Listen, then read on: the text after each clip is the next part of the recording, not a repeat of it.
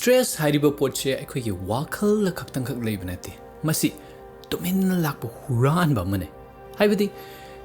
adongi nungai na pothagadaba nungdang kaya ma mana lae logre aduda song lai ngai du huran gena kayong logi thabak tawbada wakhal mayek singna focus tawga productive oiba work kaya ama tawgadabdo madu sumagi back taps la pur sakre adudagi hena mamal lairaba nangi yum sida leiba podama kai mali matam nangi punshigi chahi madushu tension halle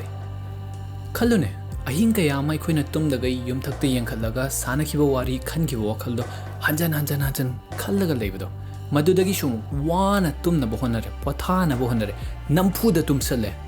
adugo kedauri hogallakpadi aigi energy aigi wakhal aigi haksang se loina bak namjallakpaduna amuk khudong chaba kaya ma aikhoigi punchida lakpase mathanna na thokre aduga mina dikamti tawzadaba maram leite aikhoigi nungshijaba kaya ma makhoina nungshibiba kaya ma maduda aikhoina shauba kaya ma maram leitana maramdi nampuda namjallaga aikhoina isase leihangibaduna sidasu amuk science na research tawrogi matungna proof tawraga sangaba punchishigi sahi ahum tension ali stress amna leba migegi aduga amukshu stress na maram oiduna sangsar sida malem sida productivity dagi paisa ke amala khigedaba growth ke amala gedaba se trillion of dollars se loina bak mangangre sida sangsar tok thokher se kaw thokher se malem se maning da thamur se nang adom da stress sina kaya muk mangali amukshu experience dagi mahak sina muk ai haki energy se khajik lawrame focus khajik tang lawrame isadagi aigi health sidagi khajik lawrame adu numina amadi makeup thole realize tore